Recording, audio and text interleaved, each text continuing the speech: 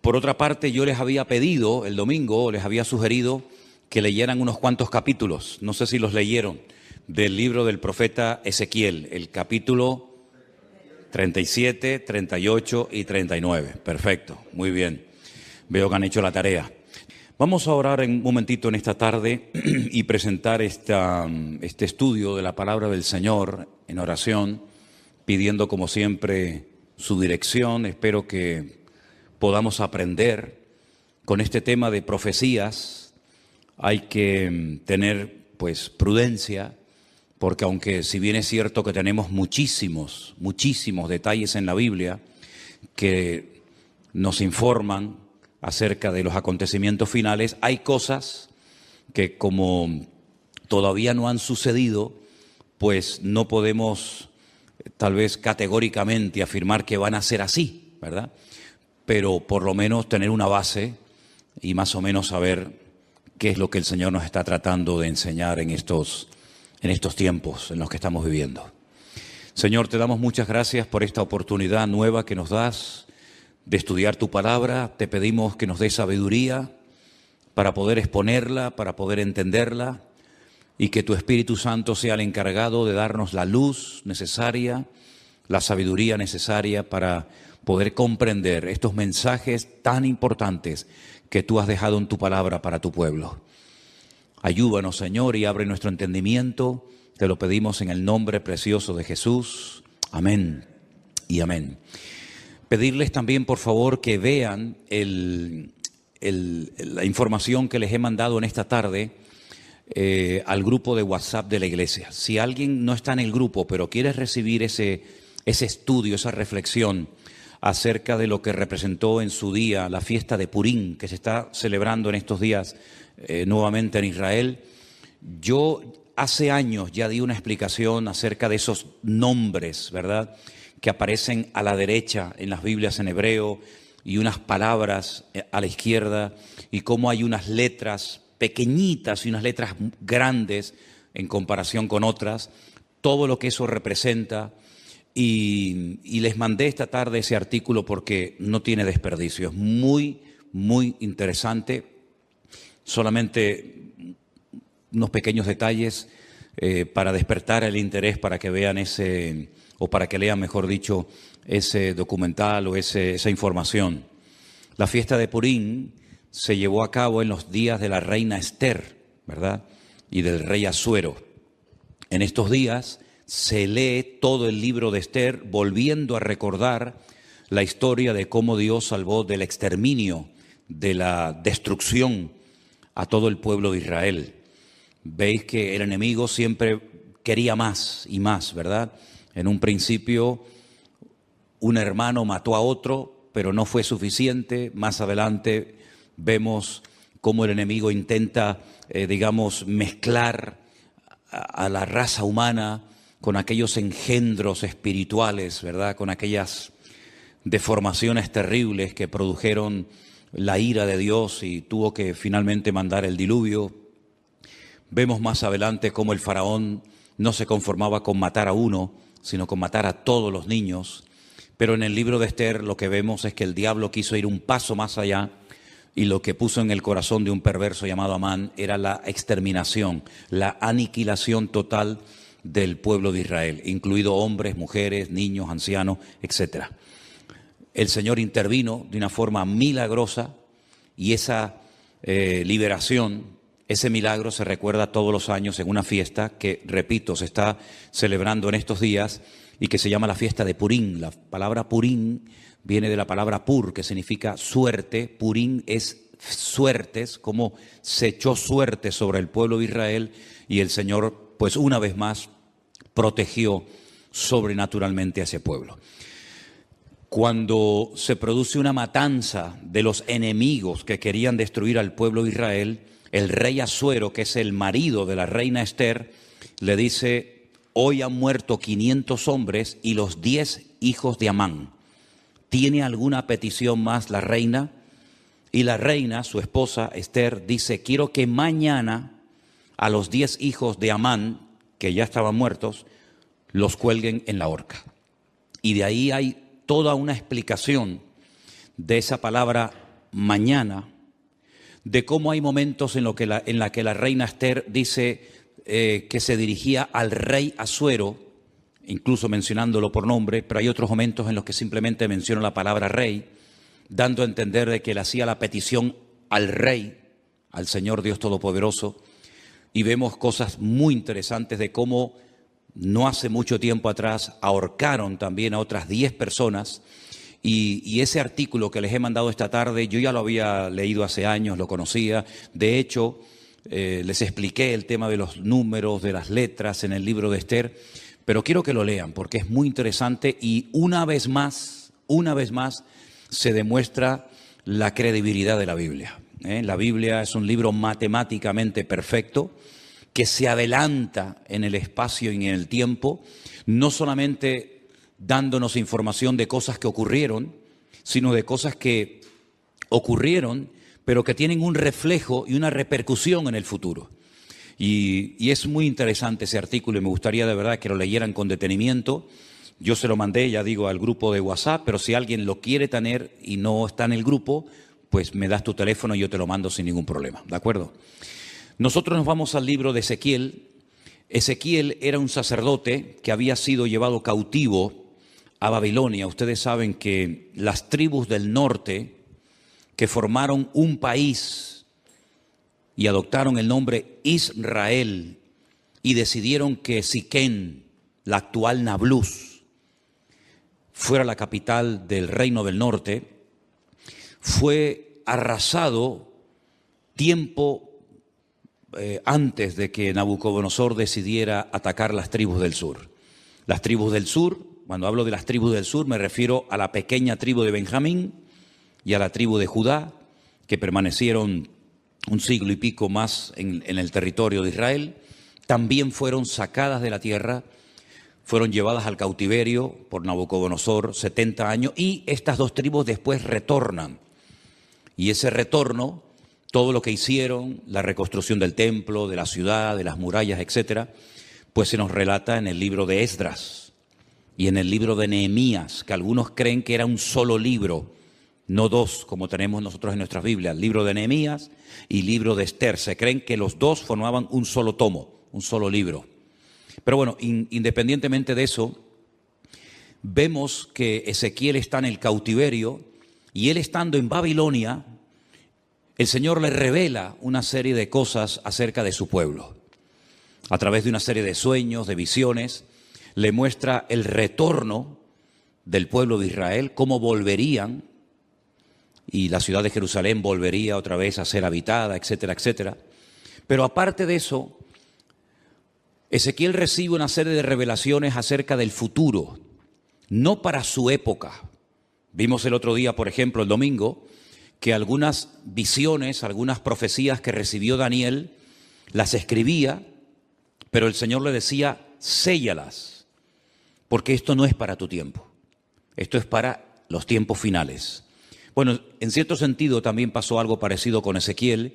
Ezequiel recibió profecías e información acerca de los últimos tiempos que él no vio durante su ministerio, durante su vida, el cumplimiento de estas palabras.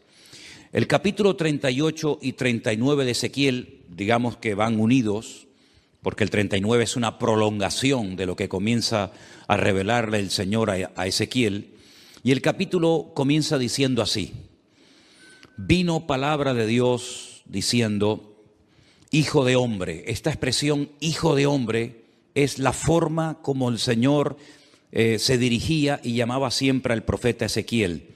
Pon tu rostro contra Gog, en tierra de Magog, príncipe soberano de Mesec y Tubal, y profetiza contra él.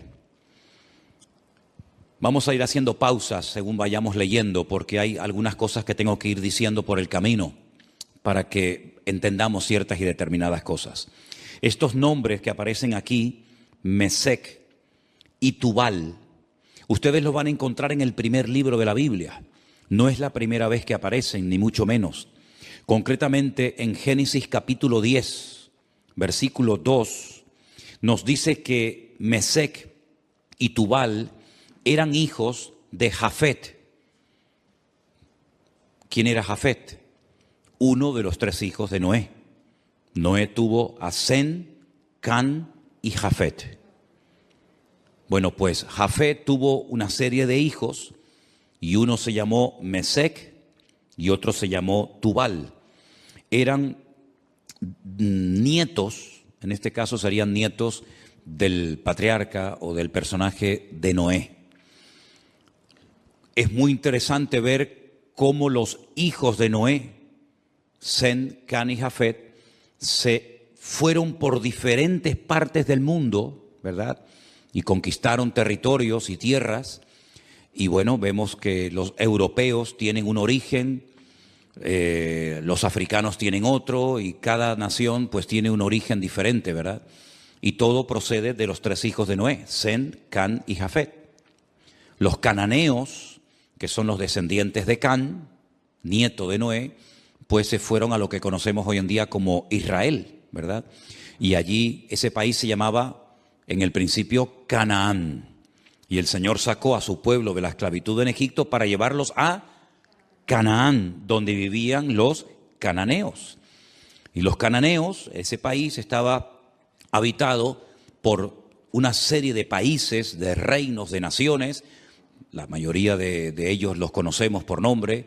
Allí estaban los filisteos, aunque no eran de Canaán. Los filisteos venían de la isla de Creta y decidieron ocupar la costa de lo que hoy en día conocemos como Israel, y ocuparon ciudades pues tan emblemáticas y tan conocidas como por ejemplo Gaza, que todavía se sigue llamando igual, Asdod, Askelón, Gat, Ecrón. Los filisteos, digamos, que vivían en la costa. Los jebuseos eran los que vivían en el monte Moriah, los que vivían en lo que sería Jerusalén. Y bueno, allí estaban los moabitas, los eteos, etcétera, etcétera. Y eran naciones que no les correspondía habitar en aquel lugar, e Israel tenía que expulsarlos de su tierra. Ahora, en los últimos tiempos, la Biblia dice que se levantará un príncipe soberano, se levantará un hombre que se llama en el Antiguo Testamento, uno de los nombres que recibe es God, pero si uno analiza el Antiguo Testamento, nunca hubo un hombre que se llamó God. God es simplemente un nombre que se le da a un personaje político que en los últimos tiempos decidirá unilateralmente, aunque realmente detrás de todo esto, por supuesto, siempre está la mano de Dios, atacar al pueblo de Israel desde el norte. No es como Amalek, que venía del sur, o como los moabitas, que venían del este, sino que este enemigo atacará a Israel desde el norte, seguramente cruzará los famosos altos del Golán y llevará a cabo una batalla tremenda. Ahora, lo que no se ponen de acuerdo los comentaristas es cuándo se va a llevar a cabo esa batalla. En el valle de Meguido, la famosa batalla de Armagedón, ¿sí? Algunos dicen que esa batalla se va a llevar a cabo antes de la venida del Señor Jesucristo. Pero también el libro del Apocalipsis, y después lo vamos a ver, nos dice que después del milenio, God se va a volver a levantar y va a intentar otra vez hacer la guerra contra el pueblo de Dios. Entonces, algunos dicen que es una guerra que se va a llevar a cabo antes y después. Otros dicen que solamente antes, otros dicen que solamente después. En fin, hay diferentes opiniones. Pero vamos a seguir leyendo. Este personaje, que la Biblia en esta ocasión lo llama God, que es el príncipe de estas tierras que ocuparon los nietos de Noé, llamados Mesec y Tubal, dice el Señor: yo estoy contra ti, oh God, príncipe soberano de Mesec y Tubal. Te quebrantaré y pondré garfios en tus quijadas, y te sacaré a ti y a todo tu ejército, caballos, jinetes y todo, de todo en todo, equipados, gran multitud con paveses y escudos, teniendo todos ellos espadas. Y ahora menciona a 3 naciones: Persia, Cus y Fut, con ellos, todos ellos con escudo y yelmo. Gomer y todas sus tropas, la casa de Togarma, de los confines del norte y todas sus tropas, muchos pueblos contigo. Es decir, God, digamos que es el líder, el representante, el que aglutina a un montón de naciones que lo van a apoyar con el objetivo de subir y atacar al pueblo de Israel. Ahora, estas naciones que se mencionan en el versículo 5, Persia, Cus y Fut, ustedes tienen que saber de quiénes se trata, para que sepan qué naciones en los últimos tiempos se van a juntar a estos ejércitos, ¿verdad?, internacionales, con el objetivo de atacar al pueblo de Israel. En cierto sentido es como una especie de confederación, es un montón de naciones que se juntan. No es la primera vez que muchas naciones se juntan para atacar a un enemigo en común.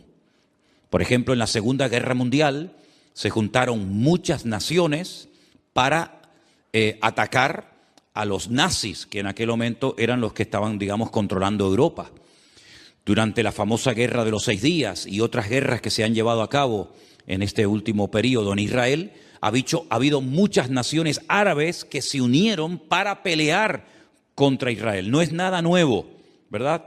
Son naciones que entre ellos se pelean, entre ellos tienen también sus discrepancias, pero como tienen un enemigo en común, que en este caso es Israel, y todos quieren tomar parte de la ciudad de Jerusalén, se unen para pelear como si fueran un solo ejército. Pero realmente no es un solo ejército, sino son muchos ejércitos, muchos soldados que se juntan con un objetivo en común.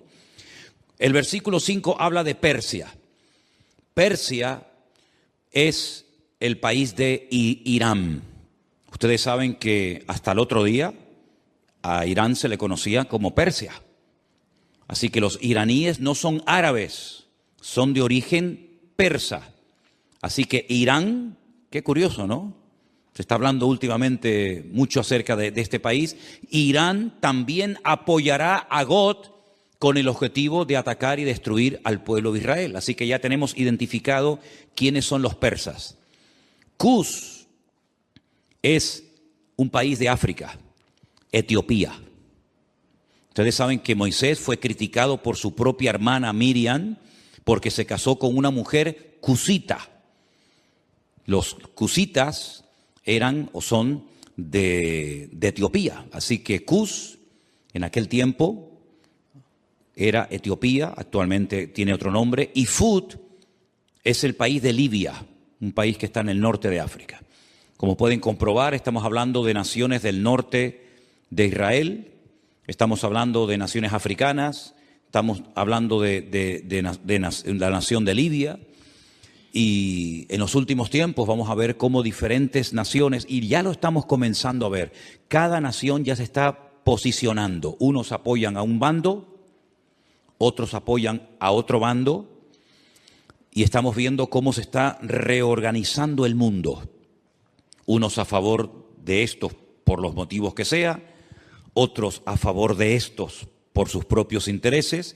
Pero vamos a ver en los últimos tiempos cómo van a ocurrir cosas muy rápidos en la economía y en otras circunstancias, que lo que van a hacer es que cada país, por pequeño o grande que sea, por influyente o poco influyente que sea, va a buscar dónde acomodarse, a quién apoyar y bajo qué paraguas me pongo. Si bajo el paraguas de Oriente, bajo el paraguas de Occidente, y estamos viendo, solamente hay que ver un poquito los medios de comunicación y conocer un poco de la Biblia para darnos cuenta cómo el mundo se está reubicando, ¿verdad? Y vamos a ver cosas muy interesantes. Así que esas 3 naciones ya las hemos identificado. Después, más adelante, pues a lo largo del capítulo, vemos cómo esta batalla se va a llevar a cabo en ese valle que hemos estado recientemente visitando, un valle realmente precioso, el valle de Megiddo. Un valle inmenso. Se va a llevar a cabo una batalla como jamás en la historia se ha llevado ninguna batalla. El hombre parece que no aprende. Cuando terminó la Primera y la Segunda Guerra Mundial, muchas personas dijeron, bueno, después de estos conflictos ya hemos aprendido que en una guerra nadie gana, sino que todos pierden. Por lo tanto, no tiene ningún sentido que los pueblos, que las naciones se sigan enfrentando la una con la otra, pero vemos que el hombre no aprende. Vemos que de vez en cuando salta por algún sitio, salta por algún otro lugar. Esa batalla va a ser tan terrible, tan terrible. No vamos a leer los 2 capítulos porque ya ustedes los han leído, pero el objetivo de todo esto es que Dios va a permitir, Dios va a traer a todas estas naciones que odian al pueblo, al Estado de Israel, para que Él demuestre su poder y quede definitivamente claro de una vez por todas que Él es el Rey de Reyes y el Señor de los Señores, y que a su pueblo nada ni nadie lo puede destruir. Todos los imperios, y podríamos hacer una lista enorme, todos los imperios, todos los países, todas las naciones que han intentado con todas sus fuerzas destruir al Estado de Israel prácticamente o han desaparecido o no son prácticamente nada en el tiempo presente.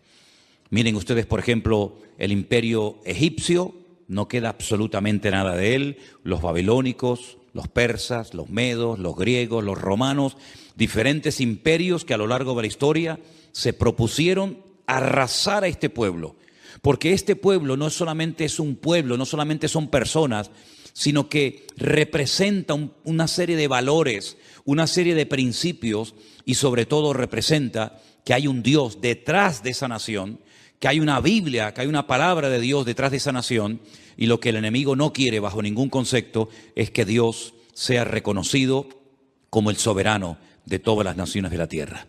Ahora bien, cuando termine esa batalla tremenda en el Valle de Meguido, sí me gustaría leer a partir del versículo 4 del capítulo 39, donde dice: sobre los montes de Israel caerás tú y todas tus tropas, y los pueblos que fueron contigo, a aves de rapiña de toda especie, y a las fieras del campo te he dado por comida.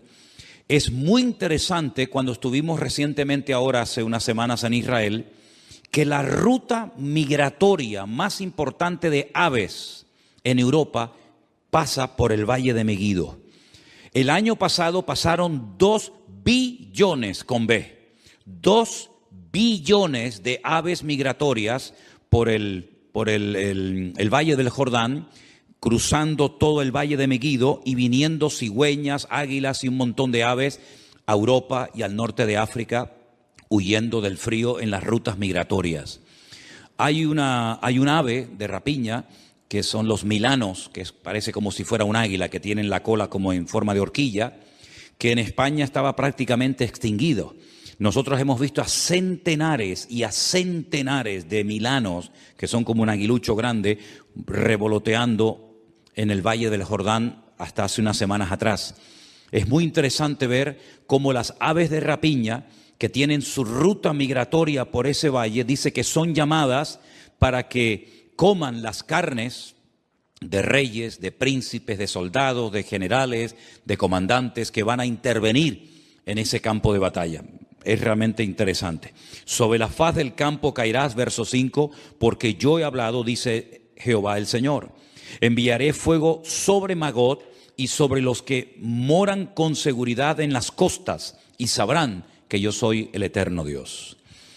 Haré notorio mi santo nombre en medio de mi pueblo Israel, y nunca más dejaré profanar mi santo nombre, y sabrán las naciones que yo soy Jehová, el Santo de Israel.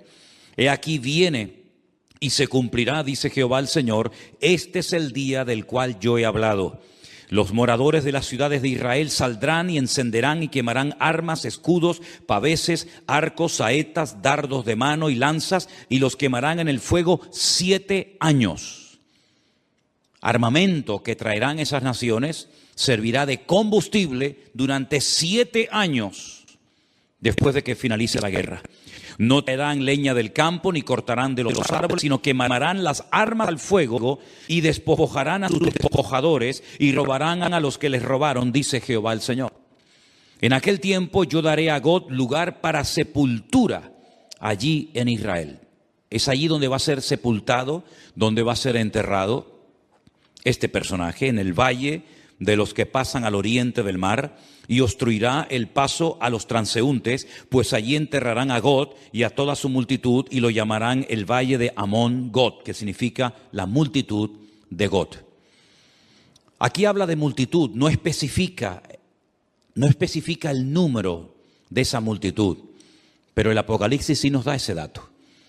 Porque nosotros no solamente tenemos el Antiguo Testamento para saber las cosas que van a ocurrir, por dónde van a atacar, cuántos van a atacar, cuánto tiempo estarán enterrando cadáveres, etcétera, etcétera, sino que además tenemos la información tremenda del Nuevo Testamento, sobre todo las cartas de Pablo a los tesalonicenses, las cartas de Pedro, parte también de la epístola cortita de Judas y sobre todo el libro del Apocalipsis, donde nos da una información de millones y millones de soldados, 200 millones de soldados que subirán por toda esa cordillera, por esos valles, en dirección a Jerusalén. Pero allí muere este hombre, este personaje, y la casa de Israel los estará enterrando por 7 meses para limpiar la tierra. 7 meses, todos los días, enterrando muertos. Hermano, estamos hablando de multitudes, de millones de personas. ¿Cuánto se tardan en enterrar a la gente? Con una pala mecánica haces una zanja enorme y comienzas a echar cadáveres dentro. Pues 7 meses enterrando todos los días muertos. Y los enterrará todo el pueblo de la tierra. Y será para ellos célebre el día en el que yo sea glorificado, dice Jehová el Señor. Y tomarán hombres a jornal que vayan por el país con los que viajen para enterrar a los que queden sobre la faz de la tierra, a fin de limpiarla. Al cabo de 7 meses harán el reconocimiento. 7 años quemando el armamento, 7 meses enterrando cadáveres, y pasarán los que irán por el país, y el que vea los huesos de algún hombre pondrá junto a ellos una señal, hasta que los entierren los sepultureros en el valle de Amón Gog. También el nombre de la ciudad será Amona, y limpiarán la tierra. Y tú, hijo de hombre, así dice el Señor, di a las aves de toda especie. Les recuerdo, 2 billones de especies de aves pasaron el año pasado por ese valle. Di a las aves, a toda especie y a toda fiera del campo, juntaos y venid, reuníos de todas partes, a mi víctima que sacrifico para vosotros, un sacrificio grande sobre los montes de Israel, y comeréis carne y beberéis sangre. Y más adelante leemos en el verso 21, y pondré mi gloria entre las naciones, y todas las naciones verán mi juicio que habré hecho. Cuando termine esa batalla, al final de lo que llamamos o conocemos como el nombre de la gran tribulación, comenzará un período de 1000 años que se conoce como el milenio o la era milenial del Mesías. Y dice Zacarías capítulo 14, y esto es literal, no hay que buscar una aplicación simbólica porque es literal. Y las naciones que hubieren sido salvas, no es que se hayan convertido, sino que se salvaron de la muerte en esta batalla tremenda, tendrán que subir todos los años a Jerusalén a celebrar la fiesta de los tabernáculos. Y la fiesta de los tabernáculos se suele celebrar generalmente entre los meses de septiembre y octubre. Y quiero que leamos literalmente el pasaje de Zacarías capítulo 14 para que vean un dato muy interesante que nos da este profeta acerca de esta batalla y acerca de las naciones que escaparán del juicio en este valle de Megiddo. En Zacarías, el capítulo 14, dice así, a partir del verso 1. He aquí, el día del Señor viene, y en medio de ti serán repartidos tus despojos. Está hablando de la misma batalla, está hablando del mismo tiempo, del mismo acontecimiento, pero 2 profetas diferentes. Uno, Ezequiel en Babilonia, y ahora Zacarías. Y dice, porque yo reuniré a todas las naciones para combatir contra Jerusalén. Aquí hay una información adicional a lo que nos viene diciendo Ezequiel. La ciudad será tomada y serán saqueadas las casas, violadas las mujeres, y la mitad de la ciudad irá en cautiverio, mas el resto del pueblo no será cortado de la ciudad. Después saldrá Jehová y peleará con aquellas naciones como peleó en el día de la batalla. Y ahora habla de la segunda venida del Mesías. Porque el Mesías, cuando nació cerca de este monte de los Olivos, en dirección hacia el sur, aproximadamente como a 7, 8 kilómetros al sur, en una pequeña localidad, en un pequeño pueblo llamado Belén, que pertenecía a Judea, Belén de Judea. Pero cuando dice aquí que se afirmarán en aquel día sus pies sobre el monte de los Olivos, aquí podemos ver que el Antiguo Testamento nos habla de su nacimiento en Belén de Judea y de su retorno, su segunda venida, poniendo los pies sobre el monte de los Olivos. Amén, hermanos, ¿lo ven claramente? Nace en Belén, retorna en el monte de los Olivos. Para que algunos digan que la Biblia no habla de dos venidas, sino solamente de una. No, habla de dos venidas.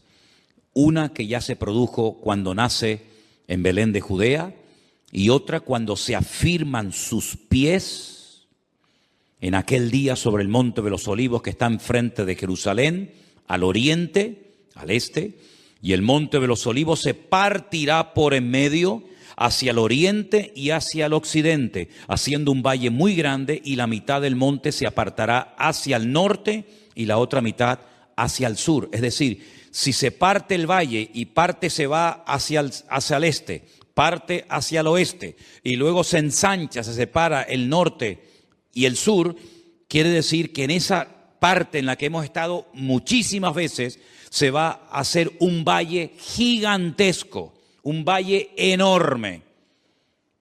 Ahora mismo entre el monte Moriah, donde antiguamente estaba el templo, y donde está el monte de los Olivos, hay un barranco, hay como si fuera un barranco que se llama el famoso torrente de Cedrón, pero no tiene ni punto de comparación lo ancho que será ese valle cuando el Señor ponga sus pies sobre el monte de los Olivos. La pregunta que a lo mejor algunos se hacen es: ¿qué interpretan los judíos cuando dice aquí y pondrá sus pies sobre el monte de los Olivos y el monte de los Olivos se partirá? Bueno, ellos dicen que cuando venga el Mesías, que no creen que vengan del cielo, pues ellos dicen y opinan que cuando venga el Mesías, la expresión "y pondrá sus pies sobre el monte de los Olivos" es una expresión como decir "y vendrá con autoridad", pero no lo interpretan como algo literal. Entonces, si no interpretan una parte del texto como no literal, tampoco pueden interpretar la otra parte del texto como literal, pero en esta ocasión se equivocan. Dice que huiréis al valle de los montes, porque el valle de los montes llegará hasta Sal. Huiréis de la manera que huisteis por causa del terremoto en los días de Usías, rey de Judá, y vendrá Jehová mi Dios y con él todos los santos. ¿Quién es el que viene? Jehová mi Dios. ¿Y viene acompañado de quién? Con todos sus santos. Esta es la segunda venida del Señor Jesucristo, donde todo ojo le verá, toda rodilla se doblará y toda lengua confesará que Él es el Señor, para gloria de Dios Padre. ¿Se dan cuenta cómo Él viene, pero no viene solo? Ya la iglesia ya ha sido arrebatada, ya fue llevada con Él, y cuando Él retorna en su segunda venida, su iglesia no está en la tierra, sino que su iglesia viene con Él en las nubes. Y acontecerá que en ese día no habrá luz clara ni oscura. Acontecerá que no habrá luz clara ni oscura. Qué cosa tan rara, ¿verdad? Será un día el cual es conocido de Jehová, del Señor, que no será ni de día ni de noche. No nos hacemos ni la más remota idea cómo puede ser, porque en nuestra mente no cabe, o es de día o es de noche. Pero dice, no va a ser ni de día ni de noche. ¿Y cómo será ese día? Solamente Él lo conoce.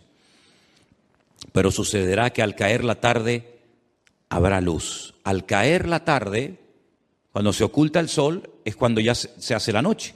Pero aquí es al revés. Cuando llega la tarde, es cuando hay luz. Qué cosas tan interesantes, qué cambios, ¿no? Qué cambios tan tremendos va a haber.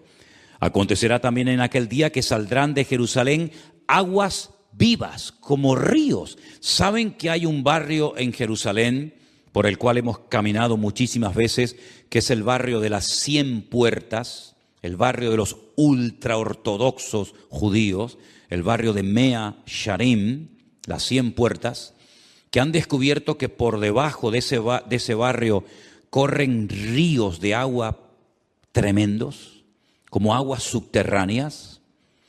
Tal vez cuando se produzca ese terremoto tremendo al poner sus pies sobre el Monte de los Olivos, esas aguas broten, salgan hacia arriba, y dicen que la mitad de esas aguas irán hacia el mar oriental y la otra mitad hacia el mar occidental en verano y en invierno. Israel es el único país que tiene 4 mares, 2 internos y 2 externos. Tiene un mar que realmente es un lago, pero lo llaman el lago o el mar de Genesaret al norte. Más hacia el sur está el mar Muerto, que es mucho más grande que el mar de Galilea. Luego, al oeste está el Mare Nostrum, el mar Mediterráneo, que según como se mire, ahí termina o ahí empieza el mar Mediterráneo y llega hasta el Peñón de Gibraltar. Y luego al sur, ¿verdad?, está el Mar Rojo o el Mar de los Juncos, porque tiene un color rojizo por unas hierbas que hay allí. Como hay otro mar que se llama el Mar Negro, por unas algas que hace que parezca que el agua está negra, ¿verdad? Y dice que hay aguas de Jerusalén que llegarán y entrarán en el mar Mediterráneo, y otra parte de las aguas entrarán en el Mar Muerto, y Jehová será rey sobre toda la tierra, y en aquel día Jehová será uno, y uno su nombre, ¿verdad? No se le va a llamar de diferentes maneras, sino que uno será su nombre, tendrá un solo nombre.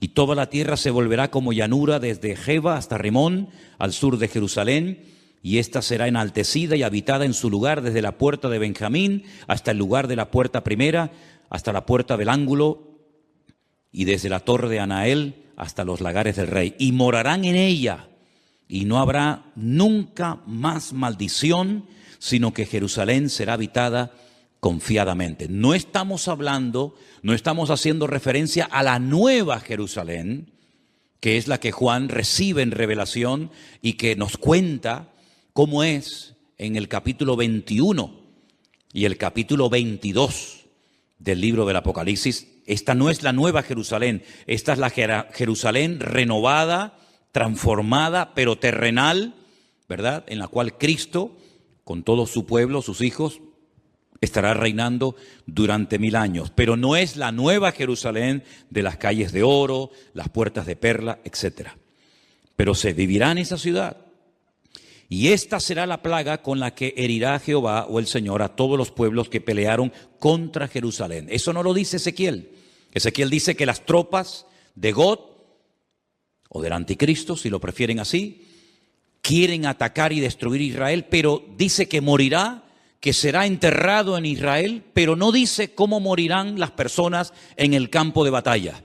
Pero Zacarías sí recibió el dato, la revelación de cómo morirían. Dice que será como una especie de plaga. Esta será la plaga con la que Jehová herirá a todos los pueblos que pelearon contra Jerusalén. Escuchen, la carne de ellos se corromperá estando ellos sobre sus pies. Están de pie. No están sentados ni acostados, están de pie, peleando, batallando.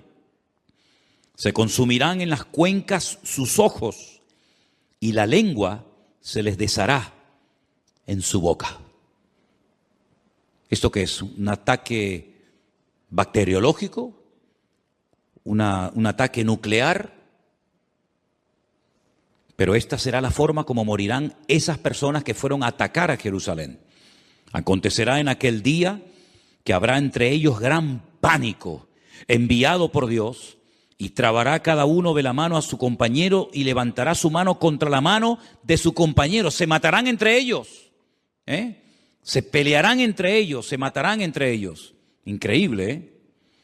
Judá también peleará en Jerusalén, y serán reunidas las riquezas de todas las naciones de alrededor, oro, plata, ropas de vestir en gran abundancia. Así también será la plaga de los caballos, de los mulos, de los camellos, de los asnos y de todas las bestias que estuvieren en aquellos campamentos. Todos los que sobrevivieren de las naciones que vinieron contra Jerusalén, aquí hay un dato muy importante, subirán de año en año para adorar al Rey, a Jehová de los ejércitos, a celebrar la fiesta de los tabernáculos. Todos los años tendrán que subir. ¿Por qué la fiesta de los tabernáculos y no otra fiesta? Porque las 3 fiestas de obligatorio cumplimiento que recibió el pueblo de Israel, que son Pascua, Pentecostés o Shavuot y la fiesta de los tabernáculos, las 2 primeras ya tuvieron un cumplimiento profético en la vida del Señor Jesucristo.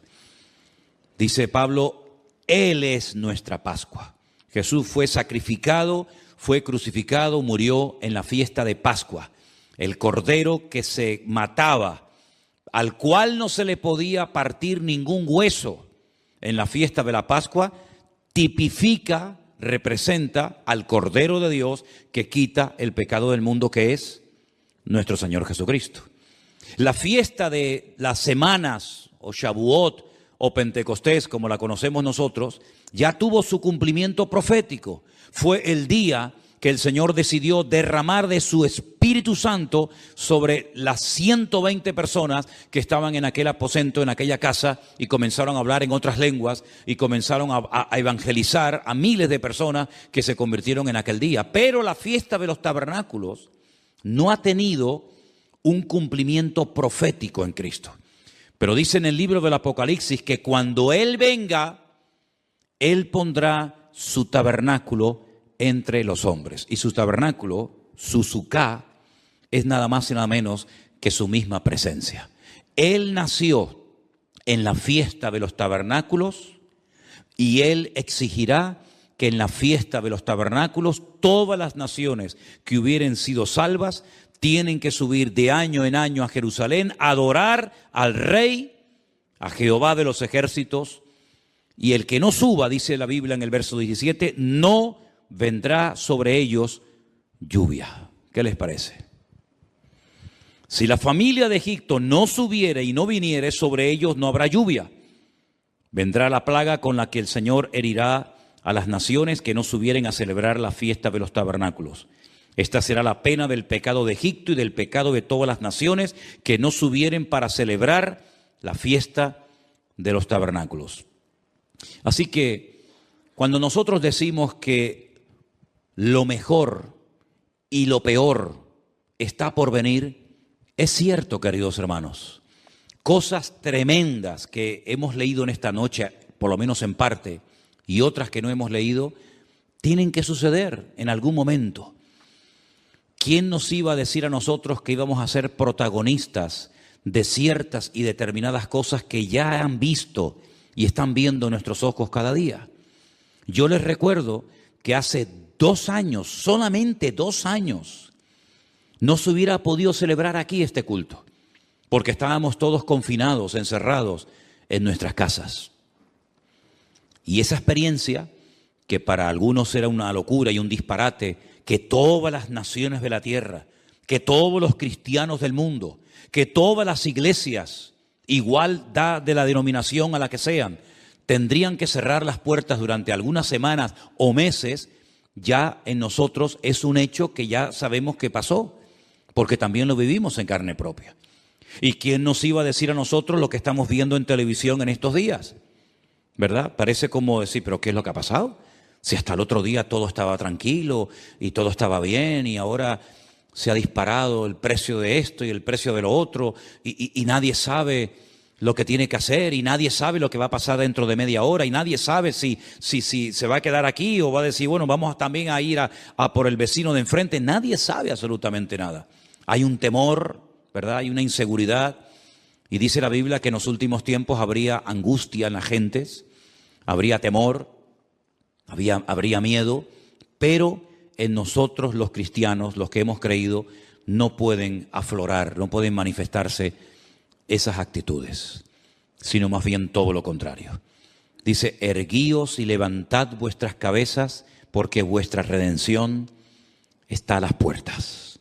Y todo esto es la señal de que todo lo que está escrito en la palabra, que hemos leído y predicado durante años y años, pues llegará el momento que, si el Señor lo permite, lo vamos a poder contemplar y lo vamos a poder mirar con nuestros propios ojos. ¿Cuál debería ser entonces la postura de nosotros hoy en día ante lo que está ocurriendo y lo que va a venir, que es muchísimo peor que lo que estamos comenzando a ver? Bueno, pues yo quisiera recordarles que en esta mañana, no sé si lo vieron, en el devocional yo leía una porción que Pablo escribió a los hermanos de la iglesia de los Filipenses, y quiero volver a leer el pasaje que yo en esta mañana les leía, porque aquí encontramos instrucciones acerca de cómo tenemos que comportarnos y actuar en este tiempo final.